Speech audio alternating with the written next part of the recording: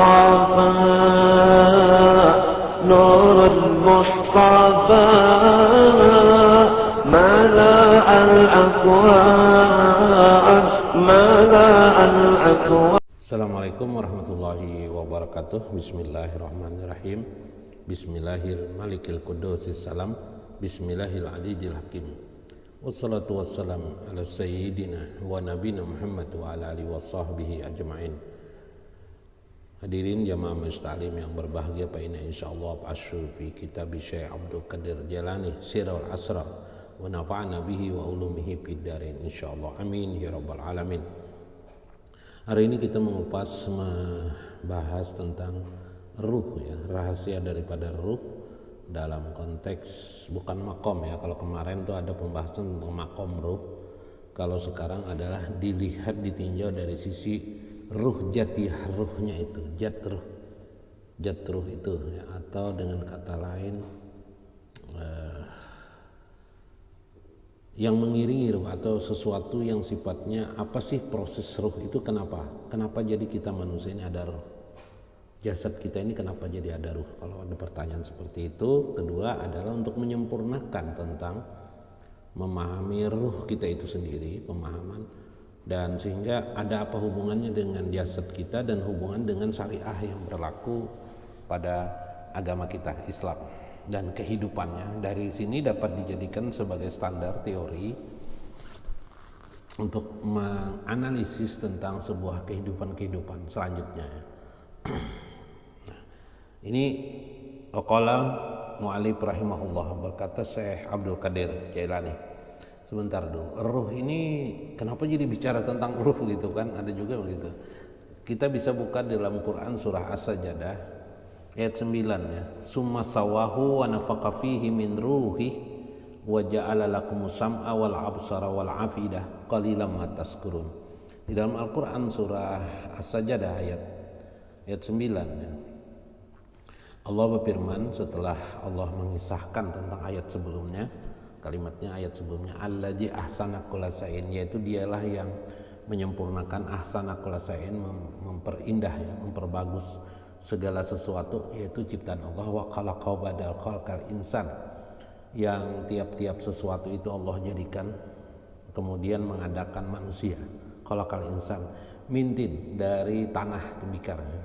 Jadi jasad kita dari tembikar, Anda sudah tahu. Summa ja'ala naslakum min sulalatin mimma'in dafiq mimma'in mahin, ya. Kemudian yang menjadikan juga manusia itu bukan itu tadi tentang Adam, penciptaan Adam, kemudian manusia berketurunan min sulalatin mimma'in, ya, dari air mani, ya. Subhanallah, maka kita berketurunan dengan air mani itu. Nah, kemudian ayat ke-9-nya Allah lalu menjelaskan summa sawahu, kemudian kami sempurnakan manusia itu jasad, yang kita bicara jasad. Summa sawahu wa nafaqa fihi min ruhi, kami tiupkan kepadanya ruhnya, ruh si bayi ini, ruhnya si bayi yang keturunan atau manusia ini.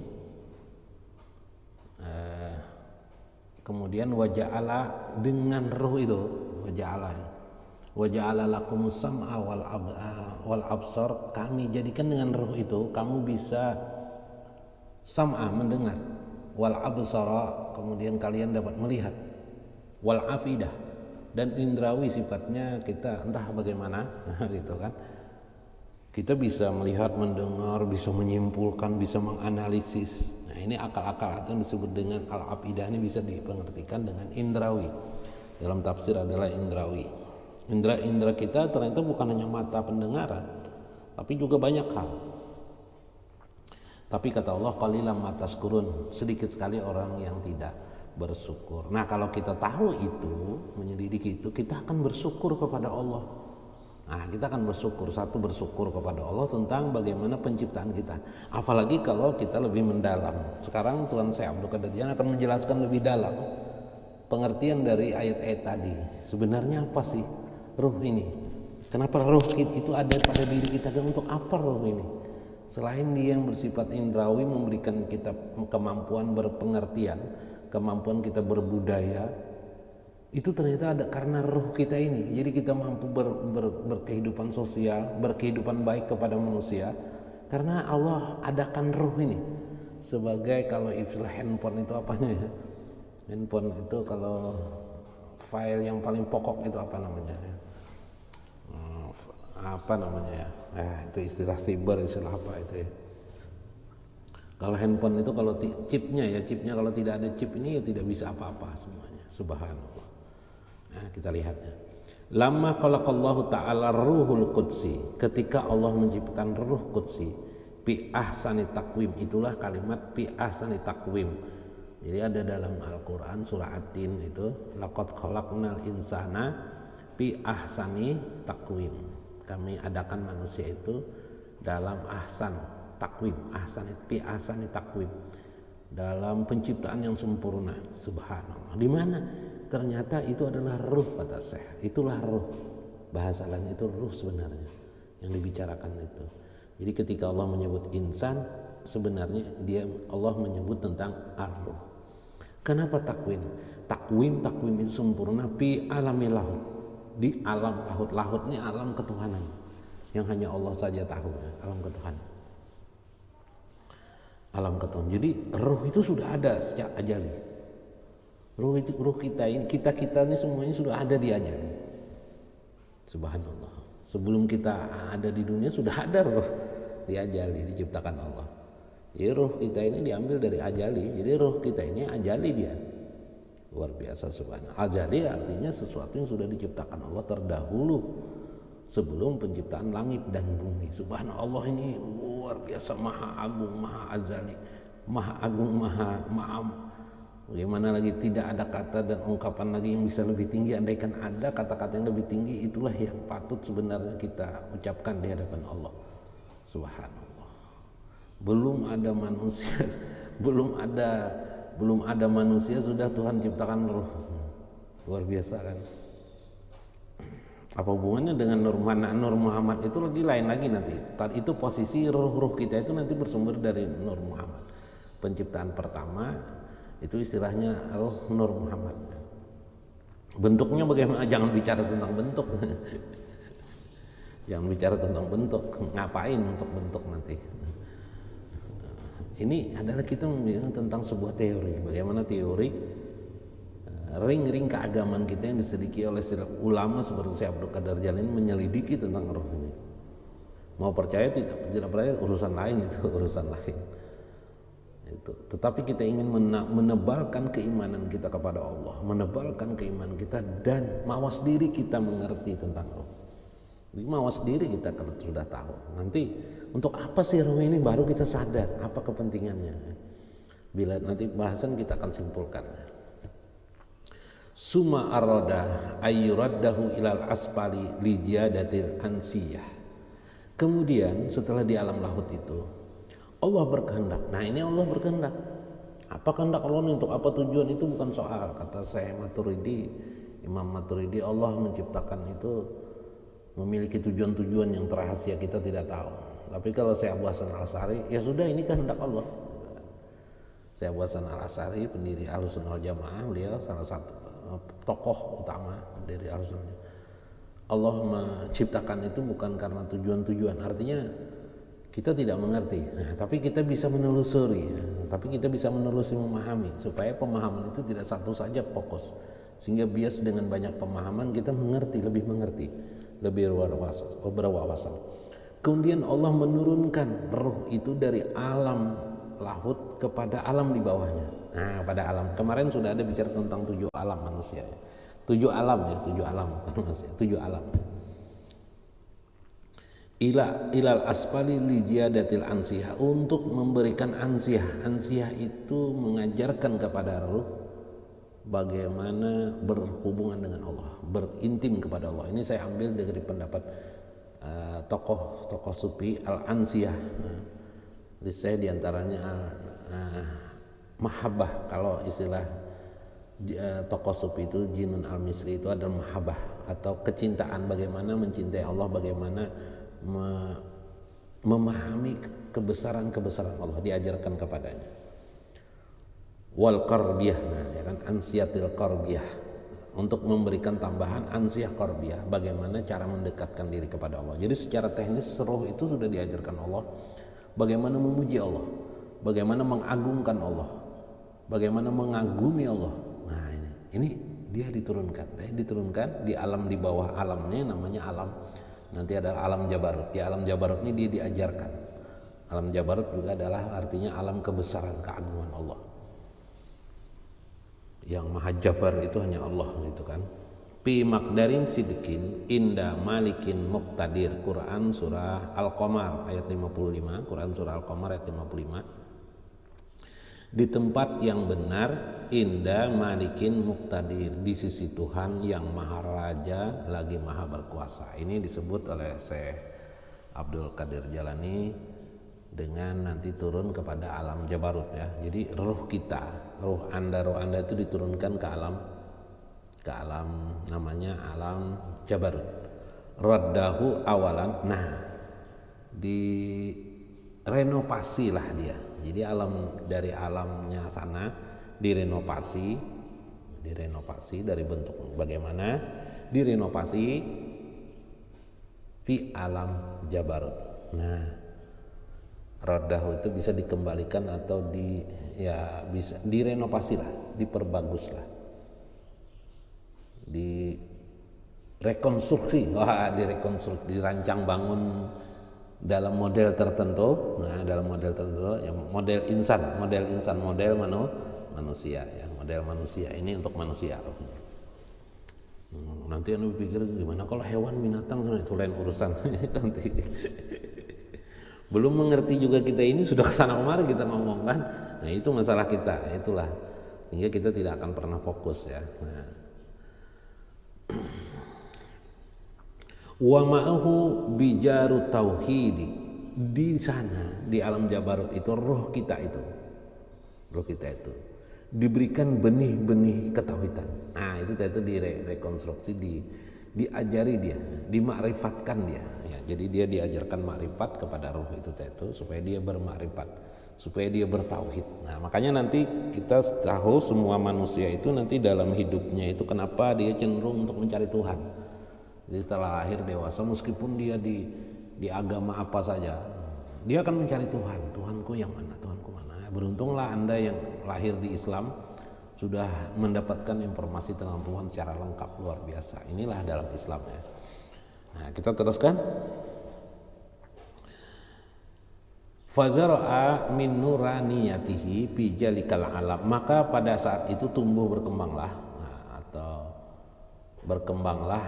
artinya timbullah makna. Nah, atau timbullah makna dari benih tauhidnya itu timbullah ladang atau kemampuan kesuburan yang disebut dengan nuraniyah. Timbullah istilah nuraniyah atau timbul kenyataan nuraniyah. Nah, tajali nuraniyah, tajali jelasnya tentang nuraniyah. Nuraniyah apa? Nuraniyah insan. Nuraniyah insan. Kalau sebelumnya belum sebelumnya. Ini disebut dengan alam, di alam Jabarut. Wa ulbisur ruhul qudsi, dipakaikanlah ruhul qudsi, ruh itu saat itu ruh nuraniyah, yang nuraniyah itu disebut dengan ruhul qudsi. Saat itu disebut dengan ruhul qudsi. Dipakailah dia dengan ruh qudsinya, al kiswatu min jalikal alam, yaitu bungkusan. Boleh disebut dengan bungkusan, terjemah kiswah ini pakaian juga bisa ya, tapi bungkusan boleh, kiswah atau pakaian atau Ka'bah itu kiswah Ka'bah ya, apa? Penutup Ka'bah ya, ditutupi lah ya, ditutupi. Min jalikal alam, daripadanya satu alam, wa kaja ila alamil malakut. Kemudian diturunkan lagi setelah diajarkan tentang marifat kepada roh kita. Jadi roh kita itu marifat ya. Roh kita itu marifat. Diajarkan tentang tauhid, marifat tauhid. Wa kaza ila alamil malakut. Sampailah dia kepada alam malakut, turun lagi kepada alam malakut. Nanti periksa tentang 7 alam ya. Jadi Jabarut kemudian turun kepada alam malakut. Summa ila alamil mulki, kemudian diturunkan lagi sampai kepada alam mulki, alam yang keempat ya, dari atas ke bawah 4. Nah, faqalaqalahu minhu kiswatu unsuriyah kailan yahtarika bihi alamil mulki. Maka diadakan lagi lah bungkusan unsariyah. Unsariyah itu unsur-unsur atau diberikan unsur-unsur atau elemen-elemen atau anasir yang bisa menutupinya, bungkusan yang bisa menutup menahannya, kailan, supaya jangan yahtariqa bihi alimal mulki, supaya dia tidak terbakar pada alam mulki. Nah, jadi alam mulki ini masih alam kerajaan Tuhan, alam kekuasaan Tuhan. Setelah alam tadi disebut dengan alam Jabarut, turun kepada alam malakut sampai kepada alam mulki. Nah, ini berbahaya, bisa terbakar. Terbakar, karena itu dia dibungkus supaya tidak terbakar, yakni hajal jasadul kasib, sampailah nanti dia kepada jasad yang kasib, jasad yang tertutup, payusama bi'tibaril kiswatil jabarutiyati ruhan sultanian, maka disebutlah pada saat itu dia berbusana atau dibungkus atau dikenali dia dengan istilah ruhan sultanian, ruh sultani. Nah, kemarin ada tentang makom ruh ya, ada makom ruh jasadi, ada ruh ruwani, ada ruh sultani, dan ada ruh qudsi. Nah, ruh qudsi itu posisi yang taitu qudsiyah, yaitu di Jabarut, di alam Jabarut. Nanti bisa mulai di alam mulki, malakut, dan alam Jabarut sampai kepada alam lahut. Itu makom orang-orang kelas aulia, itu sampai ke sana dia. Di bawahnya ada alam yang disebut dengan itu alam qudsi ya. Di bawahnya ada alam sultani. Nah, alam sultani ini yang kita bicara sultani. Nanti ruwani ya.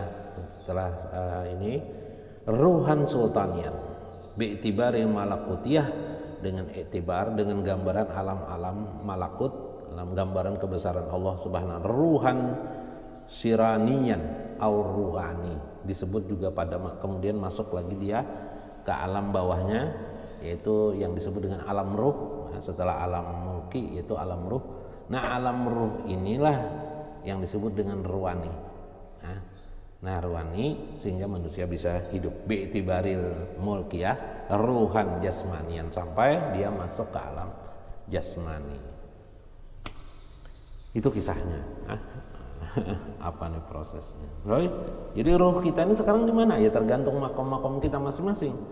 Kalau kita ya manusia umumnya, roh kita ini sifatnya, sifat keadaannya, kalau dilihat dari sifatnya, begitu aja bahasa filosofisnya sifat kita ini mungkin jasadiah. Kalau kita masih suka hidup duniawi, berpoyo-poyo dengan dunia, tidak tahu dengan apa-apa, hanya melek terhadap yang bersifat materialistis, duniawi. Yang bersifat materialistis apa saja ya, bisa saja Anda bayangkan, gejolak nafsu dan berarti ruh kita itu berada di alam jasmani. Keasikan dia, lupa dia dengan alam asal. Berarti kita mengajarkan menutupi ruh kita ini supaya dia tidak tahu dengan asalnya.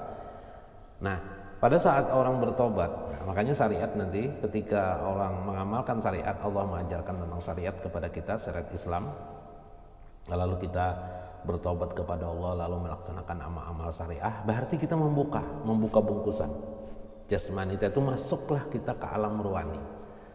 Mulai kita suka mendengarkan ceramah agama, mendengarkan sesuatu yang sifatnya yang bersifatnya rohani, yang bersifat bekal akhirat.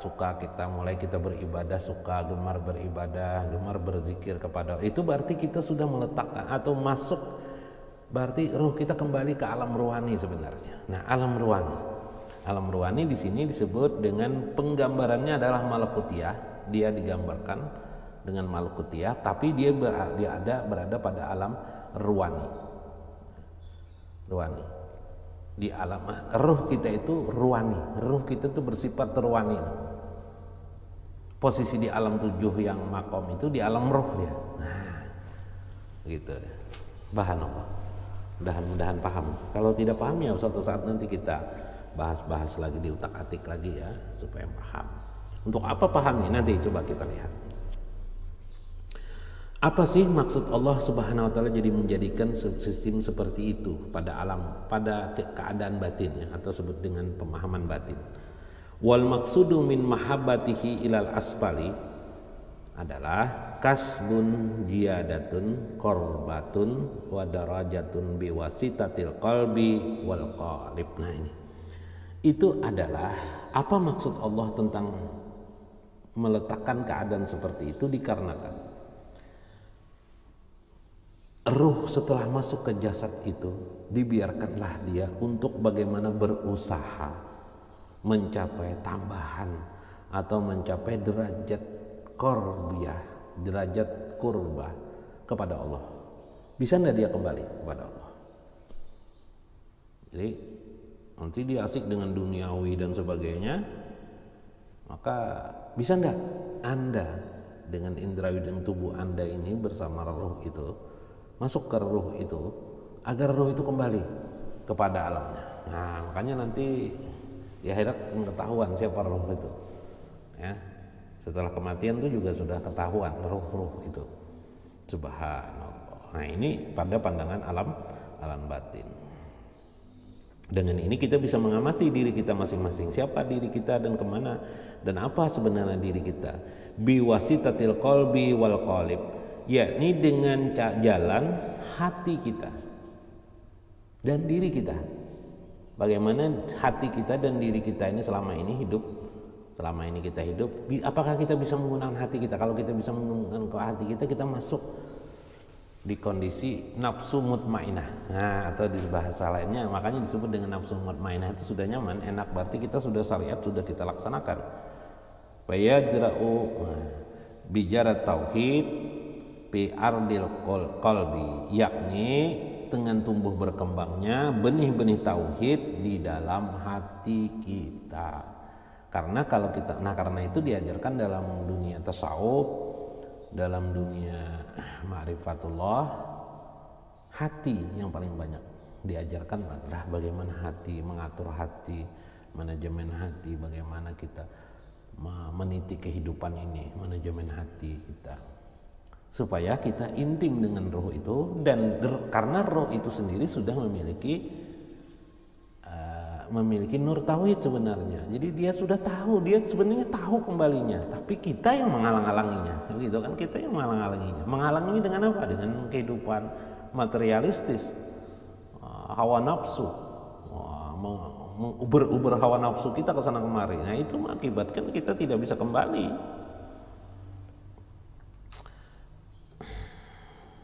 Fatambit bil ardil qalbi syajaratut tauhid asluha sabitun fi hawa'is sirri.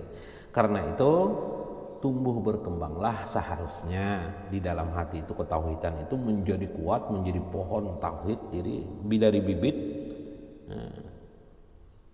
bijar itu adalah bibit, dari bibit itu tumbuh menjadi pohon apa namanya, syajaratut tauhid, jadi pohon tauhid yang mengakar, yang aslinya sabitun, yang mengakar, menguasai dia sehingga hawa nafsu tidak bisa lagi berkembang. Gitu kan. Nah, wasamaratuhu, nah nanti buahnya minhu adalah samaratut tauhid. Hadiah dari tauhid itu adalah hadiah berupa ridho ilah, bisa ridho kepada Allah Subhanahu wa taala. Nah, makanya pelajaran ridho kepada Allah itu penting. Dengan ridho kita kepada Allah, berarti kita sudah, bila kita bisa ridho dengan Allah, bukan sekedar ridho segala perbuatan Allah, ridho perbuatan Allah, ridho dengan asma Allah, ridho dengan zat Allah, ridho dengan sifat Allah, seluruh daripada hal penciptaan takdir, Allah mengadakan takdir kehidupan kita, ridho semuanya, bahkan pada diri kita ridho. Berarti kita itu kembali, berarti kita itu sudah memakan buah tauhid, sudah makan, bukan sekedar pohon, bukan sekedar bibit lagi, tapi buah berkembang jadi buah, jadi menjadi tauhid. Nah, kayak apa itu? Imajinasi lain bisa Anda terjemahkan, nanti roh itu bisa mempengaruhi diri kita sedemikian rupa, tapi dalam roh yang asli, ya, yang kita berada di ruwani. Bila kita makin kuat dengan sifat roh, kembali kepada sifat dari jasadiah kepada ruwani, maka sifat roh pun berubah lagi, dia menjadi sifat rohnya itu roh yang disebut dengan roh sultani. Itu lebih tinggi lagi makom kita, makam kawas sudah itu, makam kawas. Kawasul kawas, sampai kawasul kawas lebih tinggi lagi sampai kepada ruh qudsi. Nah, qudsi itu orang di lahut di Jabarut, di lahut terus. Nah, itu gambaran sepintas tentang menyangkut masalah ruh yang dimaksudkan oleh Syekh Abdul Qadir Jailani. Maka wazara'a, maka sampailah dia berkembang tumbuhnya yang tadi bajras syariati bi ardil qalib ditanbit biha sajatus syariah. Maka timbullah ladang tadi itu tumbuh berkembang sajaratut tauhid itu melaksanakan syariah agama Allah. Nah, maka namanya orang itu sudah pada keadaan biha sajaratus syariah, orang itulah disebut dengan pohon syariah. Maka bila dia melaksanakan pohon syariah itu lagi, maka hasilnya samartuhu, kemudian buahnya itu adalah minhu adalah samaratud darajah, dia mendapatkan derajat lagi di sisi Allah sebagaimana sedianya naik ke tanjakan ruwani, sultani dan qudsi. Pada sisi lain dia sebenarnya kembali ke asalnya sampai nanti masuk kepada alam ruh, ruwani, ya, kemudian alam mulki, alam malakut, kemudian alam jabarut, sampai ke alam belahut. Itulah Nabi Shallallahu Alaihi Wasallam yang sempurna fi sidratil muntaha, di sidrah muntaha. Wah, ini luar biasa. Diri Nabi itu sempurna. Jadi itulah abdan mahmudan, abdan yang terpuji yang bisa kembali secara sempurna itu Nabi Muhammad subhanallah, dan para nabi-nabi yang lain yang diketengahkan di sini. Subhanallah. Mudah-mudahan kita adalah orang yang bisa kembali ke sana, ya tidak bisa seperti Nabi sempurna tidak apa-apa lah, sampai ke alam ruwani alhamdulillah, masuk ke alam apa tadi, alam sultani alhamdulillah sudah di malakut itu. Wah, itu luar biasa sudah. Anda tidak terbakar itu kan. Kailan ditahrika bihi.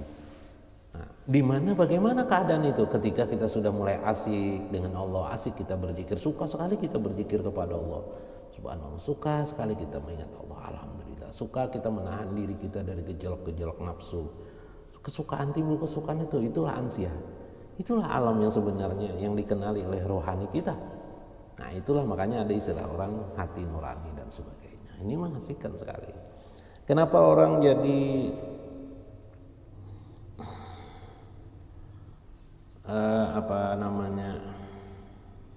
kenapa orang jadi asik dengan duniawi, asik, ada orang main judi, asik dengan judinya, asik dengan minuman kerasnya, asik dengan wanita, asik dengan game, asik dengan main catur mungkin, asik dengan nyanyi-nyanyi, asik dengan gitar-gitarnya, asik dengan apa dan sebagainya, asik-asikan, lalu dia lupa dengan Allah. Itu dia ruhnya dipaksa oleh diri indrawinya, tubuhnya, akal dan otaknya untuk ke sana. Akhirnya dia terbentung di sana. Makanya juga mereka masih bisa merasakan kebahagiaan, tapi kebahagiaan sementara, tidak abadi. Nah, itulah tadi. Lalu kalau kita membuka supaya kita arahkan, ya, mengamalkan syariah, kita amalkan syariah sedemikian rupa, diamalkan amalan-amalan syariah itu, maka yang timbul nanti terbukalah ini kisah, masuklah ruh kita ke alam ruwani. Nah, bila sudah ruwani, kita sudah mulai memahami hal-hal yang sifatnya pendekatan diri kepada Allah. Itulah yang terjadi dalam alam orang bertasawuf. Yang bertasawuf itu yang asik mereka itu rata-rata di alam ruwani. Di alam ruwani, orang-orang bertasawuf itu adalah alam ruwani. Nanti mereka akan naik lagi kepada diri mereka, diri yang sifatnya sultani sampai qudsi. Mudah-mudahan bermanfaat, mudah-mudahan memberikan hikmah kepada kita dan menjadi dasar pemahaman yang baik bagi kita untuk memahami tentang diri kita. Wallahul muwaffiq wa aqwamut thariq. Wassalamualaikum warahmatullahi wabarakatuh. Astagfirullah, astagfirullah, astagfirullah, astagfirullah, astagfirullah, astagfirullah, astaghfirullah Rabbi, astaghfirullah, astaghfirullah, astaghfirullah Rabbi atina hasanatan fid dunya wal akhirah, astaghfirullah, astaghfirullah, astaghfirullah, astaghfirullah, astaghfirullah, astaghfirullah, astaghfirullah, astaghfirullah wa minkas salam, sallim lana wa fi dinina wal muslimin, astaghfirullah, astaghfirullah, astaghfirullah, astaghfirullah, astaghfirullah, astaghfirullah, astaghfirullah, astaghfirullah, astaghfirullah, astaghfirullah.